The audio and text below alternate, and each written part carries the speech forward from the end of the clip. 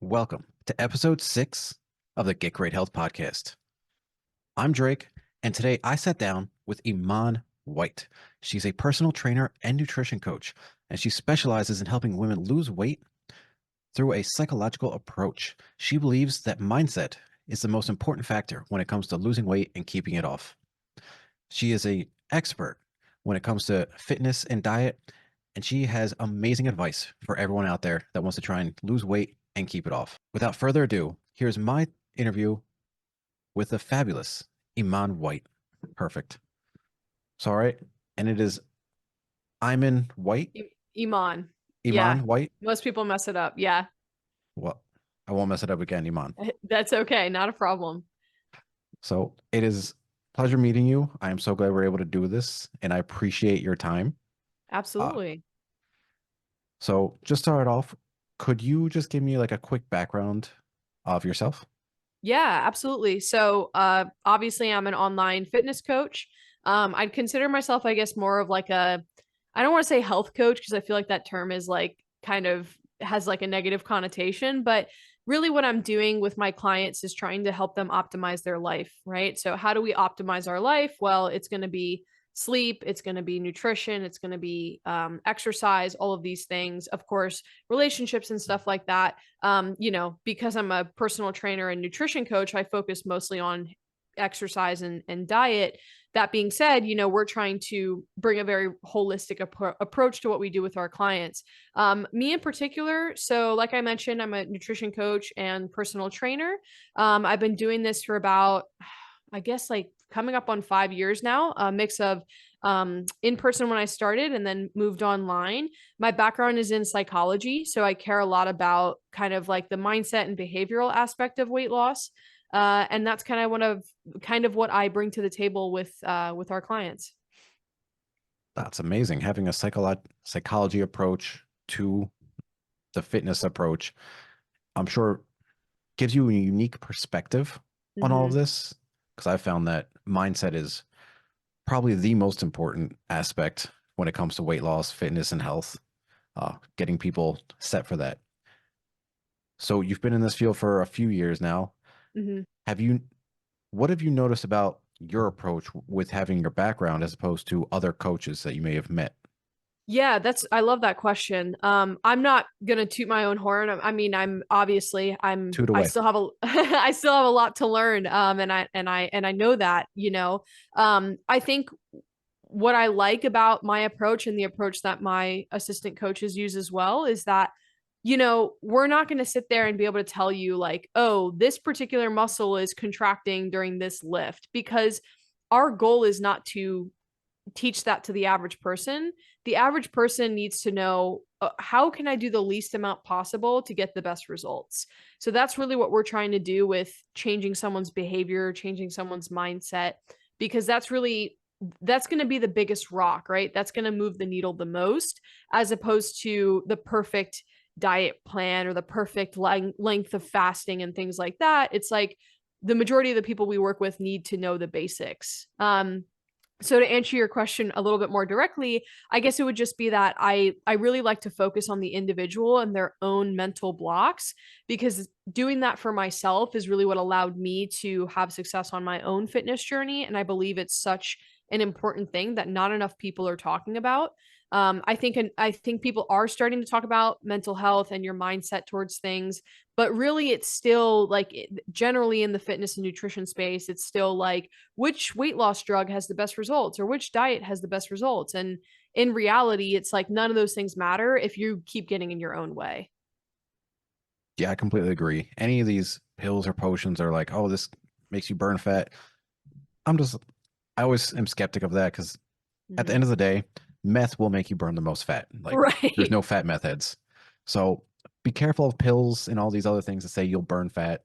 Mm-hmm. You should look for it in a healthy way. Yeah. So I completely agree with you on that. And that is, I really like that approach. The minimal effective dosage, as sum up what you said. Yep. Uh, what what do you think is the most bang for your buck then in that approach when it comes to like losing weight or like jump starting that journey for someone? Yeah, I would say most bang for your buck is whatever you can consistently do. So if you can consistently take walks, you're going to get so much better results by taking walks than you would by going to the gym once every 2 weeks.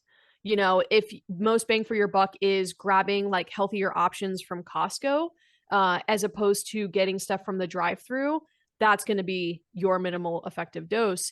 And that's what people don't understand is like, there is no one answer to this. Like I had a consult with someone earlier today who wants to fix her gut health. And she was like, so give me the rundown. What steps should I take to fix my gut health? And I was like, I'm so sorry to tell you this, but that is so individualized. We would have to do a lot more, digging on your case and get you, potentially even into our program before I could give you that answer. But people are always looking for that specific answer when, in my opinion, the answer is, what do you enjoy enough to do it consistently, I should say. And I think that's where a lot of people miss out is like they are looking for the best method or the best way to get there when they're not even going to stay on that path long enough to see the results. Like I know you experiment a lot with fasting, right? Fasting is a great weight loss tool for a lot of people, but fasting is very difficult. And doing it well is difficult. Doing it with, intention, like with intention and intentionally is difficult. And so I probably wouldn't tell my average client to fast, but maybe the people that listen to your podcast or relate to you could do really well with a fast.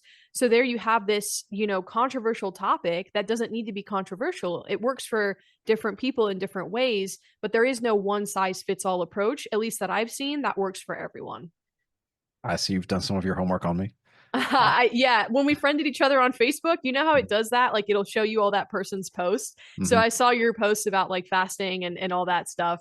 And so yeah, that, trying to make it applicable to the people that know you and listen to your show. Well, I appreciate that. And I also feel the exact same way. I don't think I've had a single weight loss client where I'm like, no, you should fast for it because Yep. there's so many people, they don't know how to eat yet for me to Yeah. be like, that'll be the best for you. Yep. I think it's great for other reasons than weight loss. Yep. As long as you have everything else figured out, maybe then you can implement fasting, but that is not something I would recommend for the average person. Yeah, absolutely. All right. So again, appreciate all that homework you've done for me going through my post. Uh, so you did mention uh, something about your gut health. Hmm. So what I know it's individualized per person, and I've also found that it's difficult to really relay that to the average person at first, Hmm. just because they're so used to uh, medicine 2.0, as I've heard it referred to. The here, oh, your stomach hurts. Here, take these pills Yeah. and call me in a couple weeks, see if you feel better. If not, we'll up your dosage. Hmm. That's the typical standard approach, just same care to everyone. Yep. How do you go about individualizing your approach to people? Not to Yeah. dig into like any trade secrets, but No, I mean, I'm an open book. I don't have trade secrets. I love that question. So really what it comes down to, I think, where we start is finding out what the root cause of someone's poor gut health is. So I struggle immensely with my gut health, and I'm still working on it to this day. My root cause was stress, potential leaky gut, which is essentially where the barrier of your gut, it's supposed to be very tight and not let food particles in and out. But if it for some reason isn't tight, which can be caused by stress and antibiotic use and a bunch of other stuff, what happens is food particles that should be in your digestive tract actually get into your bloodstream, which can cause food reactions and bloating and all sorts of stuff. So, without getting too deep into the weeds with that, um, I think everyone has a root cause of their poor gut health. Like I said, antibiotic use could be it.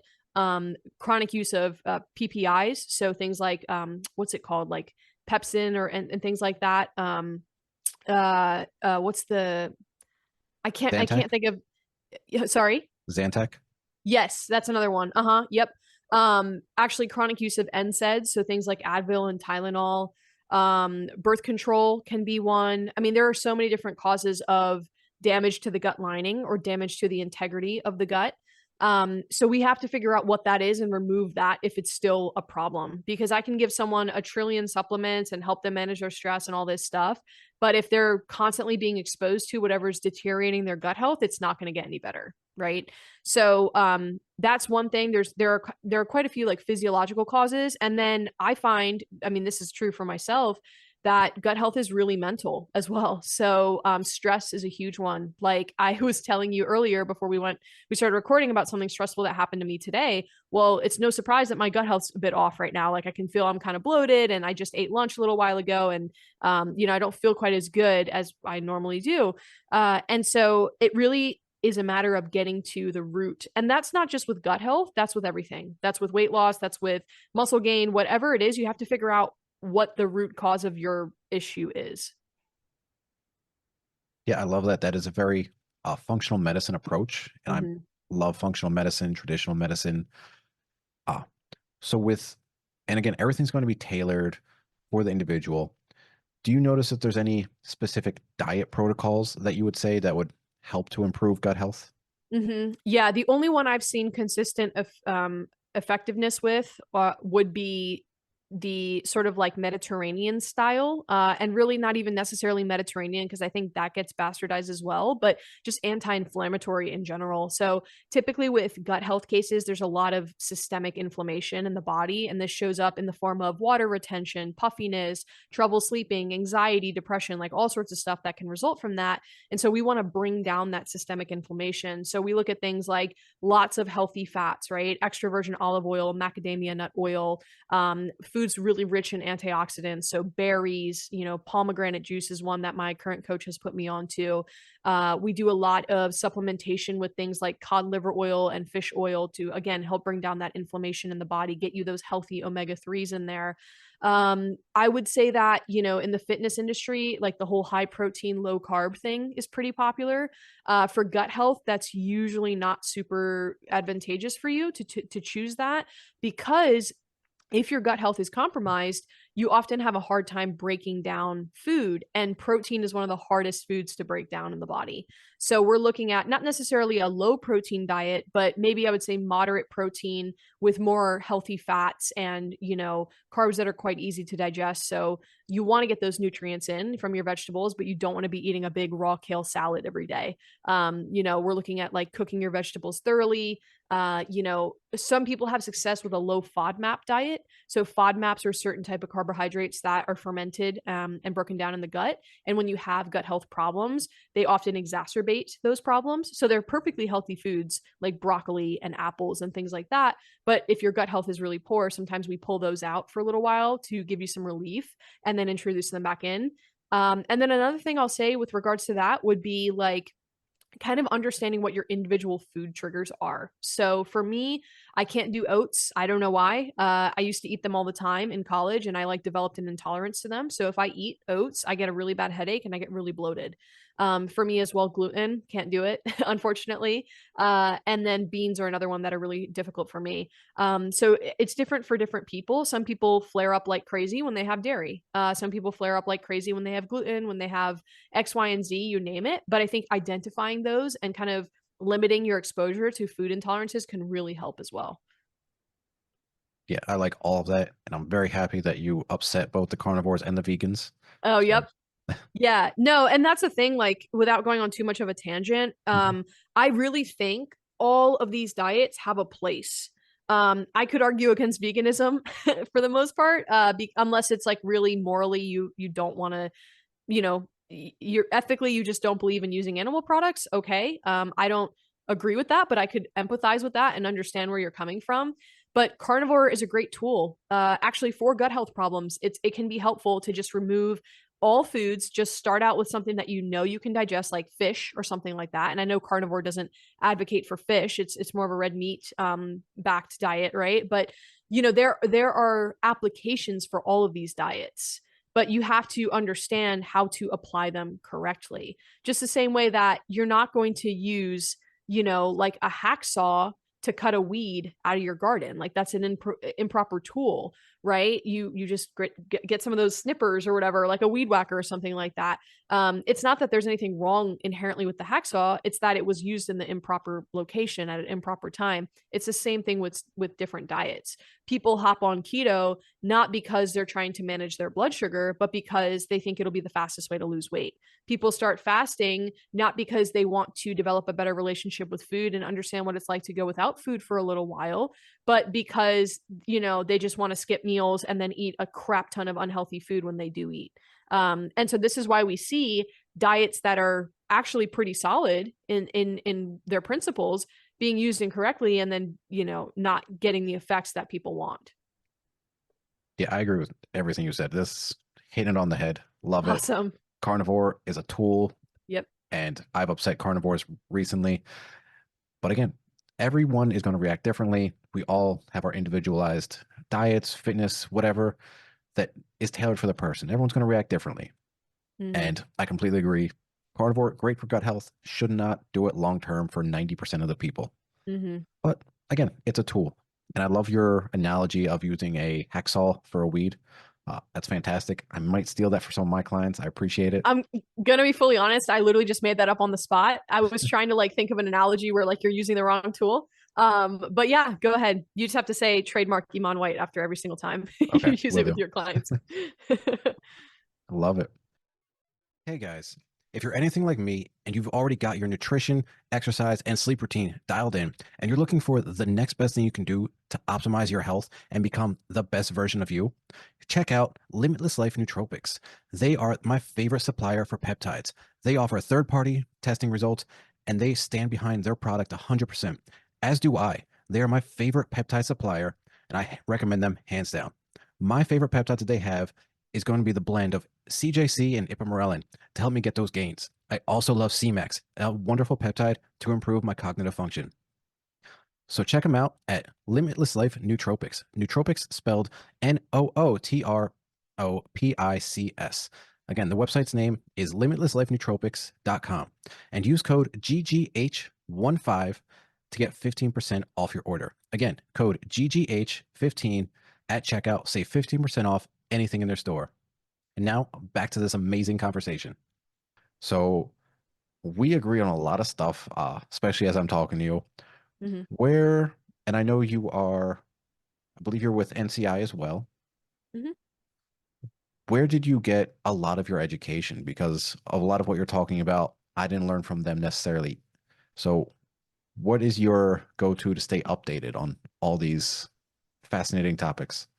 Yeah. So I think the reason I have the approach I have to owe it all to the Mind Pump guys. I don't know if you listen to Mind Pump. I love I them. Yep. figured, yeah, I figured you did because of the way that you some of the analogies you use and stuff like that. Mhm. Um, but yeah, so they're great. I've met them in person multiple times. They've had a huge impact on my life. I would say that interestingly, I don't really like subscribe to one particular like mindset or methodology, so to speak. Like I've had phases with everything. Like you said, when we first hopped on, I know this is an audio podcast, but in the back of my office where I'm recording this, there is a book by Ben Greenfield called Boundless, right? Which is kind of about like biohacking and things like that. I went through a phase where I really liked that and I bought my Aura ring and I was focused on my HRV and stuff like that.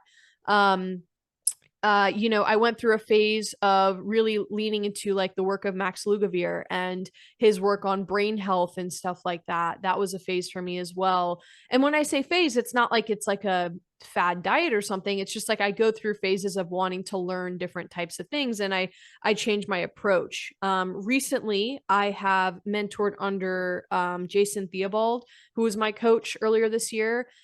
Phenomenal coach, very, very intelligent guy. And so that he got me into functional medicine and learning about functional medicine. So I started diving into, work with like practitioners like Dr. Stephen Cabral and things like that, I'm forgetting his name, Dr. Hyman, like these people that are focusing more on like the root cause, Will Cole, who taught me a lot about gut health.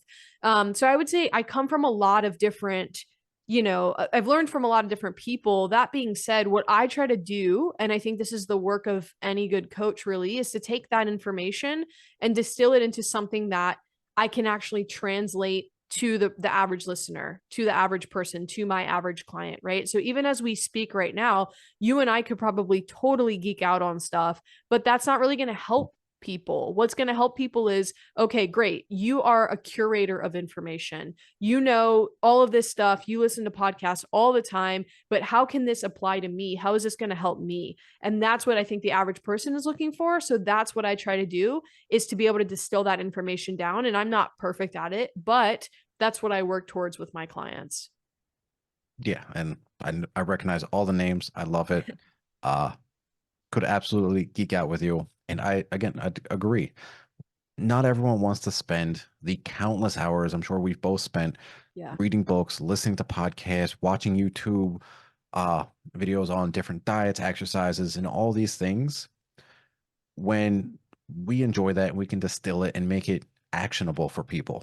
Like Mm-hmm. I'm sure you've noticed this as well. Like these books are so informationally dense, so many of them, and there's a ton of information, but the average person wouldn't know what to do with all this information. It's like, all right, should you sleep between this time and then?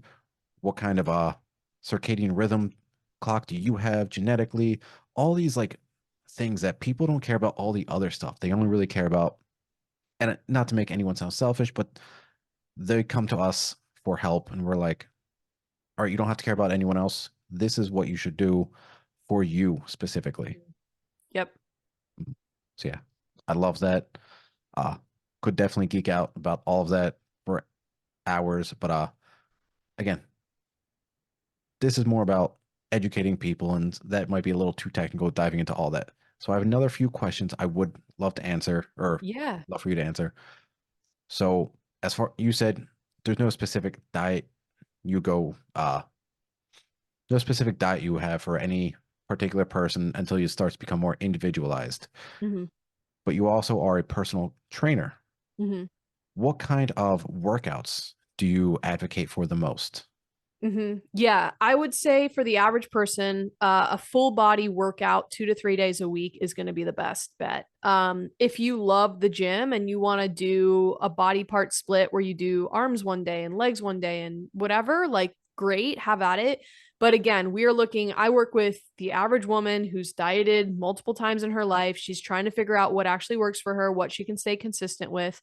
And so that is what I normally recommend.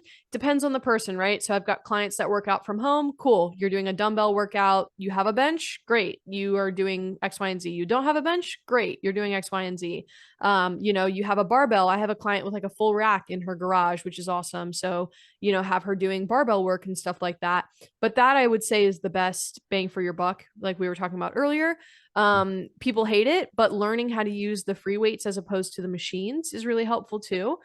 You get better control of your body and space. You learn how to balance, which is really cool. So that's what the majority of my workouts look like for my clients, and that's what I recommend. And strength training, in my opinion, that's what I'm talking about here. Strength training is the best form of exercise because not only are you actively burning calories while you lift weights, but what's really important is the fact that it essentially teaches your body to be more efficient with calories and be able to burn calories while you're at rest. And it sounds magical, but that's literally what happens. Is muscle is what we call a calorically dense tissue, meaning that just having more muscle on your body means that you burn more calories at rest, right? So like I specifically remember this woman one time, she was like messaging me on Facebook, and she never signed up for coaching, though she needs it, but she was, kind of probing at me and asking like, what should I do here? What should I do here? And like I said, I'm an open book. Like I would rather give you all the advice you need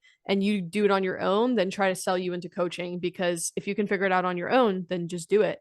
So I was telling her like, here's what I would do. And she's like, well, I don't understand why all these bodybuilder women eat so much food and they like are able to eat like thousands and thousands of calories. And I'm like, yeah, because they have tons of muscle on them, and muscle is very active. It's a cushion, right? So that I think is something huge we have to we really need to do a better job of in the fitness industry communicating is the importance of muscle, which you will get from strength training. There are a lot of very intelligent doctors and trainers out there who advocate for building muscle and basically argue that it's not that our society is filled with people with too much fat, it's that Americans are under muscled.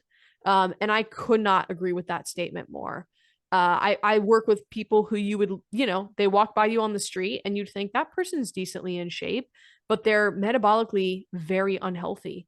I've actually been there before, which is crazy. Due to issues I was having with my hormones and my gut health, I was lean, muscular, like to the average person looked totally fit. And I had the blood sugar and A1C level of somebody who was pre diabetic.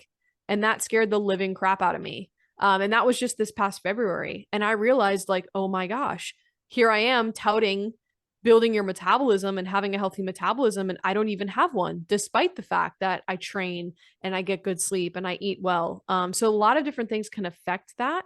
And I think the first thing you got to do to take care of that is to be able to make sure that you have a strong, healthy body that's filled with muscle. Yeah, I completely agree. Dr. Gabrielle Lyon's book was Yeah. phenomenal. Yeah. I love that approach. It and I see why some people would be like, that doesn't make any sense. Like, no, everyone's fat. What does that have to do with muscle? Uh, and again, it's like we're not moving as much as we used to. It's that whole just we live sedentary lives. Yeah. Have you ever seen those pictures of people back in like the 70s or 80s and like on the beach and like there's no fat person there? Yeah. And you, if you took a picture today of the same shot, like you probably wouldn't see a skinny person. Yeah. And it sounds like blunt and harsh what you're saying, but it's Mhm. true. Like our priorities as a society have just shifted 100%. Like we gravitate, and this is human nature to a certain extent, but we gravitate towards convenience. So, I mean, think about it. If I wanted to, I could literally not leave like my office in a day. I could DoorDash everything to my office for food. I could just sit here and do work all day long. I don't have to take a walk. I don't have to whatever. And so, that's how life is set up these days. And a lot of people do that. They just sit at their desk all day and in their cubicle, and then, lunch is catered and they just walk down the hallway to get lunch. And really when you look at it, like you've been sitting for 7 hours in a day. So Mhm. I think the difficult task for the average person is finding ways, and it sounds really silly, but it's finding ways to make their life less convenient. Because with this convenience comes a lot of risk health wise. It really does. If you just do what the average person does and you know, what's the average habits of Americans, right? You Yep. wake up with an alarm, not well rested because you went to bed late the night before. You drink a glass of wine the night before to help you get to sleep. So you're groggy and tired. You grab a bagel on your way to work. You're in traffic, so you're stressed. You sit at your desk all day. It's daylight savings, so you leave for work and it's dark. You come back home from work and it's dark. You eat like a catered dinner, or not catered, but you order out dinner because you didn't have time to cook, and that's your life over and over and over again. Zero surprise to me that you've gained 30 pounds in the past 5 years. Zero surprise, because that is all convenience. You're just grabbing and going with the flow of life and trying not to get too stressed out and all that. But that is not at all close to what the human body should be exposed to in a day. We should be getting sunlight. We should be getting movement. We should be getting adequate rest. We should not be medicating with alcohol, with drugs, with prescription drugs all the time, and just straight away from that. And I think it's really hard for people to understand that a lot of our health problems are stemming from the fact that we've just strayed so far away from what the human body was designed to do, which is Mhm. move and hunt and gather. And I know it sounds like, why is she talking about like these primal things that we used to do? It's like, well, that was what the human body was designed for. That's how we evolved. What makes you think that just because in the past 100 years, now, agriculture takes care of that for us, or, we don't have to move because we have everything in the palm of our hands and our cell phone, that that's the past 100 years, not the past 1,000 years and thousands of years of human existence. So tangent, it's a total tangent there, but I Love it. think that answered the question. Hmm. No, I absolutely love it. I agree. Uh, and like my view on it is our human bodies were designed to adapt to struggle. But our Mm-hmm. brain is like, we don't want to do that. We don't want to struggle. So now that everything's so convenient, it's just we don't have to struggle. So our brain's like, this is great. Don't struggle. But our body's like, I don't know what to do now. Yep. I was like, over all these thousands of years, our body's like, all right, we got this. Let's go hunt. Let's go till the land. Let's go do all this manual labor from sun up to sundown. And then now it's like, oh, you can just sit here all day. What is your body? What is our body supposed to do? Mm-hmm. So now we have to find creative ways to just put our body through the stress that we just don't have anymore. Mm-hmm. Yeah. And I think the problem is a lot of people go from 0 to 100 and they put their bodies through way too much stress. Like, Hmm. think about this, right? The average person, they finally hit a point in their life where they looked horrible in a picture, or they just, they go to the doctor and their A1C is high or something, and they're like, I got to make a change. So then they, instead of, starting by like walking or making small, nutritional changes, they decide, all right, how am I going to do this? They go and hire like the meanest personal trainer they can find, or they start going to these like crazy boot camp, like, squat to press to back flip to booty blast, type classes. And they just completely beat themselves up, and they put too much stress on their body. And then because their body's not used to that, they get super sore and they're tired and they feel like crap. And they're like, well, I don't want to do that. I'm just going to go right back to what I was doing before, laying on the couch and feeling sorry for myself, And I think that that's a cycle that so many people are in. And they do the same thing with their diet as well. They go from completely having no sort of limitations, or basically, no, they're not cautious at all about what they put in their mouth. And then they go to something extreme like fasting or keto or carnivore or whatever it is, or Optavia or whatever. And then that's too much of a stress on the body, and their body's like, what the heck is this? And they can't stick to it. So I agree that we have to stress the body, but I think we have to be really intentional about it and be very careful about how much we do that. Because I think people get eager to jump into things, and then that's where they develop this horrible relationship with exercise and food, where they think it's either I'm punishing myself or I'm doing whatever I want. Yeah.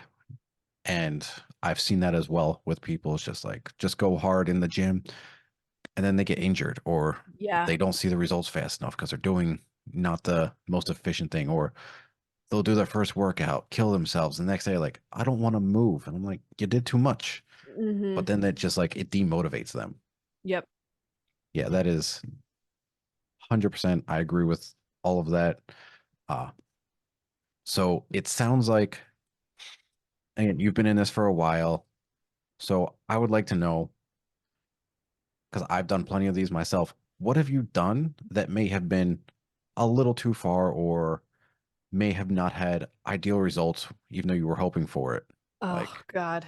There's so many things I could tell you about. So I'll start with my first ever attempt at dieting was actually my first and most successful attempt, unfortunately, because I came about it in the total wrong way. So I was very, very insecure at the end of high school. I had gained a lot of weight. I had some traumatic basically experiences growing up as a child. And I think once I got my car and I was able to sort of escape an unstable home environment, I would just go and eat my feelings away. So I gained probably like 25 pounds between the end of my senior year of high school and the end of my freshman year of college.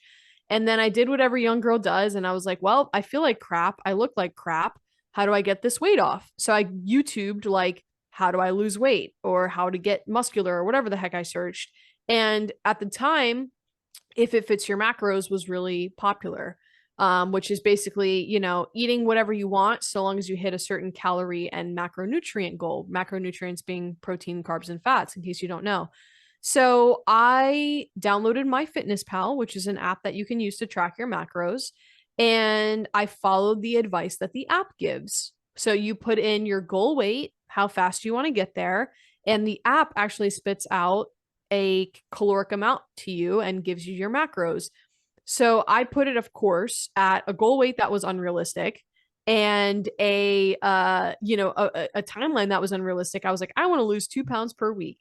So it gave me like really low calories, and it cut my carbs pretty low.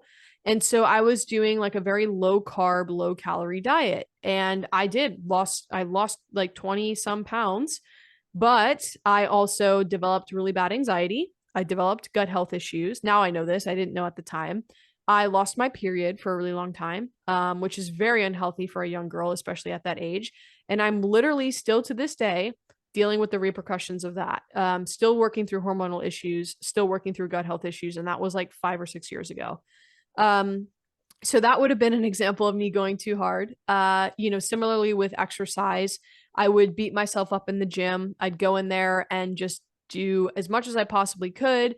And it actually wasn't until I found Mind Pump that I was like, this isn't really working. And maybe I should listen to these guys that have a lot of experience.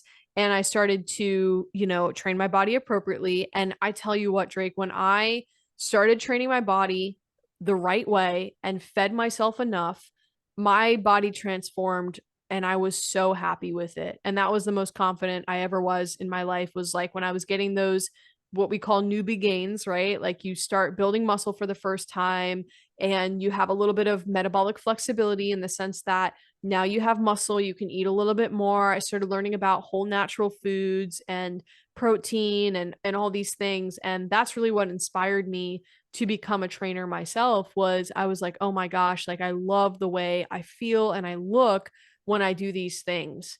um I think the biggest mistake I've made recently is just getting too obsessed with things. It's really easy to get obsessed with our progress and our results. So, constantly checking on my gut health. Am I bloated today? Did I eat this specific thing? Did it bloat me? And really, something I've learned that I hope everyone can take away is so much of the physiological distress we deal with comes from stress, psychological or physical stress. So I was placing so much stress on myself that it was making my gut health problems so much worse. And literally up until like 2 weeks ago, I was still doing it. And my coach like had a reality talk with me, and it's gotten better since then. But I think, bringing it back to really back to the basics, eating whole natural foods. Yeah, diet and exercise are important, but what I've really come to learn, and life serves you lessons when you need them the most, right? What I've really come to learn over these past few months is just the importance of everything else, like the importance of family, the importance of friendship, the importance of gratitude, the importance of just like, it's going to sound woo woo, but the energy you put into the world is really the energy that you get back.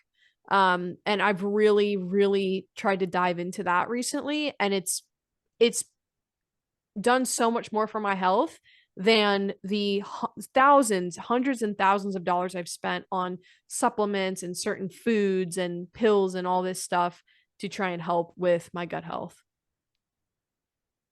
Yeah, that was a revelation I had a couple years back. It sounds like we had similar journeys to get into the actual health uh profession. You got into a little bit before me. And I also want to say that you're doing great. Like if you've already come to that, and that was only a few years ago, Thank you. understanding like relationships and community. Um, that's all amazing. I love it. And I do strongly as well believe that relationships and having people in your life, friendships, are greatly important. Mm-hmm. Have you ever read the book Outliers by Malcolm Gladwell? I did back in college, so it's been a little while, but I know he talks all about the importance of your network and everything like that. Hmm.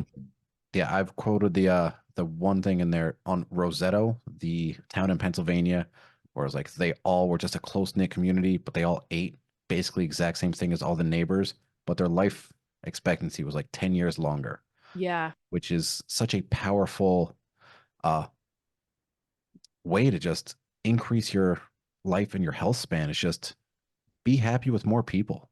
I It, feel like that's it's something we all want. it's so simple, like, and it's so silly, but I recently, like, have just been really feeling so grateful for my life, and I've been in really dark mental places, so it's even more important for me that I feel this way this year, and I'm like, how did I get so far from just, like, the things that we've known for thousands of years make us happy, like, Hmm. spending more time with my family. I have a very small family, and we're very close-knit, so I'm like, I feel good when I spend time with my family. And here's the cool thing, like, if you're dealing with gut health problems, hormonal health problems, I experience the best gut health, the best sleep, which I've struggled with, the best everything when I'm in those low stress situations, when I'm with my family, even when I'm eating foods that normally trigger me or that aren't quote unquote healthy, right? Every time I go on a vacation, I come back lighter on the scale because I'm letting go of stress, right? My body's flushing through things properly. So it's like we get so deep into the weeds of what specific diet should I follow, and especially for like the women that I work with, they get so frustrated when they don't see progress quickly enough. And it's like you getting obsessed with this and you getting obsessed with your progress is literally slowing down your progress. So, can we focus on some other things? Can we zoom out? Can we enjoy other aspects of our life? I think a lot of us lose touch with that. Like, what do you enjoy outside of work and taking care of your kids? Have you asked yourself that recently? Like, I had to ask myself that. I'm like, what do I actually like doing if I'm not working or working out? And it was scary. I was like, I don't know, And so I've had to like rediscover that. And I think that's really important because at the end of the day, it's like, why are we trying to lose weight? Why are we trying to improve our health? Usually to live longer, more happy, more fulfilling lives. Well, guess what? There's a lot of low-hanging fruit there. You can live a longer, more happy, more fulfilling life by just making small changes that you're ignoring because you're so damn fixated on the number on the scale. Hmm. Yeah, absolutely. That I wish that was a little bit easier for people because I've in the society that we live in now, it feels like we're all connected, but we're less connected than ever before. Yeah. There are so few like group bonding activities. There's so few like once you're out of school, it's just like you go to work and all day you're just in a cubicle or you're in front of a computer and just Mhm. you're focused on work and you don't really spend too much time with other people, with the sole exception, it seems like, of going out and drinking, Yep. which seems to be the only thing which I can't say. Maybe it's net neutral. I'm not sure there's much studies on it.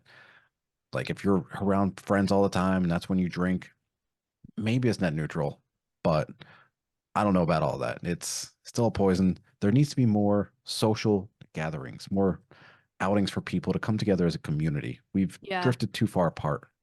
I agree. I think there's like literally no sense of community in a lot of places. Even here where I live. So I moved to Durham, North Carolina from Ellicott City, Maryland, to come live with my best friend from college who actually ended up going to grad school here. And I don't feel connected to my community at all. Like I didn't grow up here, so I don't have any like family ties here. Neighbors don't even say hi. Like I was just actually thinking about that this morning. I walked by every morning before I have my coffee. I take like a 5 minute walk outside and just kind of like, reflect on what's my day look like and whatever. And I walked past one guy with a dog and I just waved and he gave kind of like the half smile. I walked past someone else and the dude like totally turned his head, like, and it could have been coincidence, but it genuinely looked like he was trying to avoid eye contact. And I'm like, how are we in a world where we literally avoid eye contact with people because we don't even want that brief interaction? Like, that's crazy. So I think seeking that out um is huge. And I talk so much, right? My podcast is called The Mindset Diet. I talk so much about mindset and the importance of your mental health and all that. It's like little stuff like that has a profound effect on your mental health. Smiling at a stranger, like go to freaking drive yourself to the grocery store and go offer to get someone a cup of coffee from the Starbucks that's inside of it. Like just do something nice and watch how much it changes your day. Little stuff like that. I think we've just become devoid of that. We've become devoid of like opportunities to be kind to other people, to interact with other people. And I think if you can put that back into your life a little bit, it really helps. I went through this like last year. So again, I work from home. I have a home gym. There's literally no reason for me to leave my house except once a week to get groceries. And I got really depressed in that situation. I'm like, I need to have some sort of social interaction. So, despite the fact that I can work out from home and I invested lots of money into my home gym, I pay for a whatever it is, like $40 a month membership to the local Gold's Gym. And I go there just so I can see other people's faces and interact with other people. I think that's so, so, so important. And if you really want to improve your health, it seems like we've gotten so far away from weight loss and stuff like that, but this is absolutely related to that. If you want to improve your health, you want to make it easier to stick to your weight loss goals, this all is going to contribute because if you're happier, if you have more human interaction, if you feel more comfortable with yourself and in your life, it's going to be a hell of a lot easier to make the changes that you need to make to ultimately have a transformation. Yeah, 100%. I wish it wasn't the case that some people just seem to like say they have social anxiety and use that as a label for themselves so that way they Yeah. don't have to feel awkward ever. Mhm.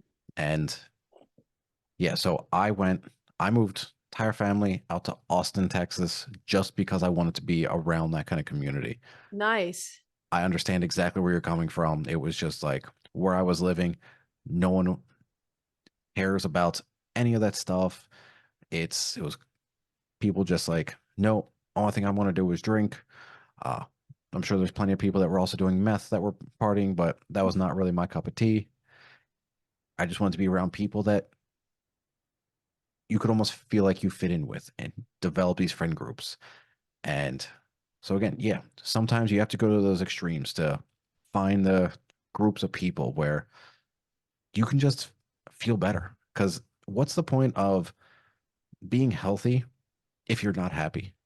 Exactly. Yep. And I've been there. I've been healthy and not happy. And I've also been happy and not healthy.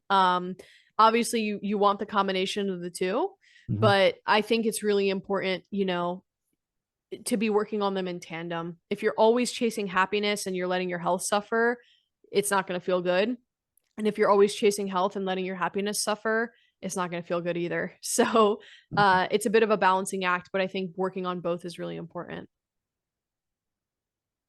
Yeah, because you can only get away with it for so long. If you're just not caring about your health, sure, you can be happy short term. You can have those hedonistic pleasures, but eventually your health is going to catch up.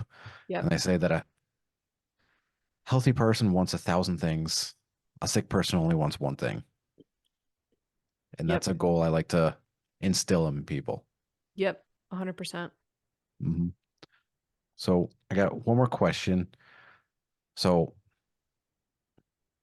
for anyone that's out there and listening, what would you say is your best piece of advice for like personal growth? Because you've come from so far, it seems like from your start of your journey to Mhm. now.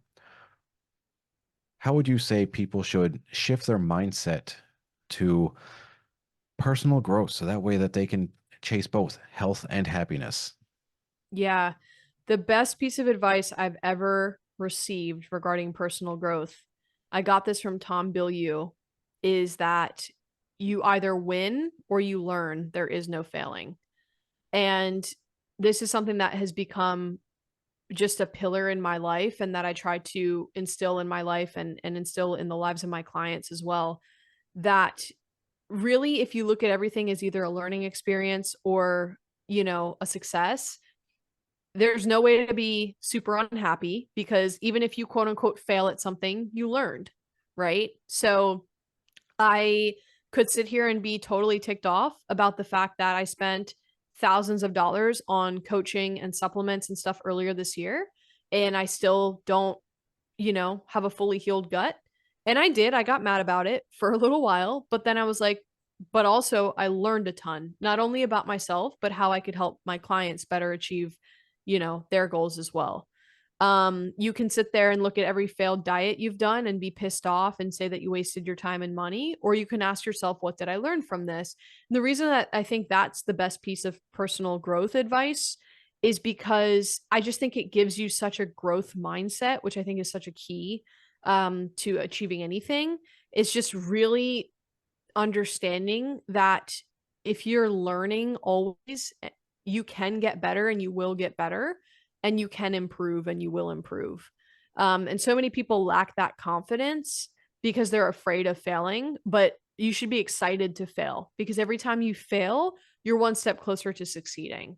And I know that sounds really cliche, but it's really true. It served me so well in my business. Like, it's so easy to get really discouraged when you're starting a business because you get rejected all the time. I mean, the amount of phone calls I've gotten on with people where I'm like eager and excited to literally offer to change their life, help them get healthy, help them have better relationships, be in a better mood, have better, just like interactions with people, everything, right? And they just like are like, no, I can't afford it, or my husband won't let me, or whatever. Like, if I, every time someone rejected me, just stopped what I was doing and was like, you know what? This isn't for me. I shouldn't be a coach. I wouldn't be sitting here talking to you today. I wouldn't be helping people. I wouldn't be fulfilled in my life with what I'm doing. So that has been really the single thing that has completely shifted the way I look on life. And I like I said, I apply it to everything, every single thing. Oh, I missed my flight. What can I learn? And it's silly. In some instances, you're just like, damn, what did I do to deserve that one? But I still just try to find the teaching point in every single thing that happens.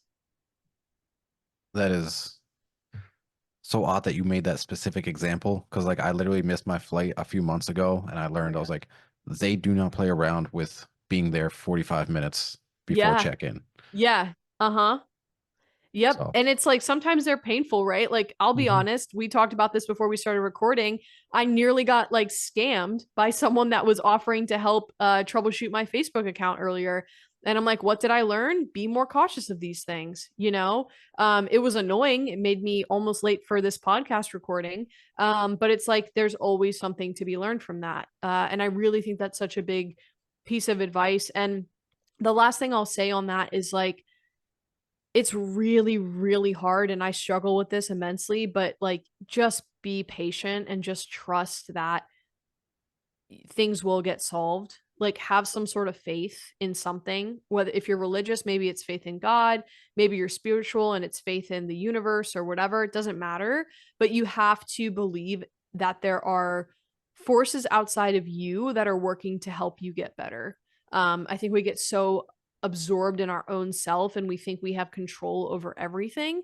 And like, yes, you do have control over your life, what you put in your mouth, if you move your body, et cetera, et cetera. But I think there's a certain level of kind of blind faith you have to have, in the sense that like things will work out in your favor. And anytime I just kind of like relinquish that control and allow myself to believe that I am a good person, I do good things will come my way, they end up doing that. And I don't know if you believe in any of that or if that sounds like a bunch of baloney, but for me that really works, and I think that works for a lot of people. Yeah, I love that. Had this conversation earlier today. You are, and you said it earlier, you are the energy that you put out there and you Yeah. get back what you put out. Yep. So, yeah, I love that. It is we agree on a lot of stuff. It This sounds like it. I love it. It's more fun to be on a podcast where you're arguing, but because it's a little spicier. But honestly, yeah, I mean, I feel like we have pretty similar views on most things, which is cool. yeah, this is fantastic. I've loved this whole conversation. It has been phenomenal. Thank And I you. was unaware prior that you had a podcast. So I'd love to promote it. What is the name of your podcast? Yeah, absolutely. It's called the Mindset Diet. My name is Iman. Iman. I'm sure you'll put this in the. I don't know why I'm Mhm. spelling this out. It'll be in the title of the Yes. podcast, so you can refer back to that. But it's called the Mindset Diet, and you can get it anywhere: Spotify, Apple Podcast, wherever you get your podcast. Excellent. And say someone wanted to reach out to you for a call. How do they find you? Yeah, so I would say the best way to get in contact with me would be on Facebook, assuming it doesn't get hacked after what happened to me earlier today. But you can search my name on Facebook. You'll see that I have a community called the Female Fat Loss Blueprint. This is where I'm most active. I go live in there almost every day.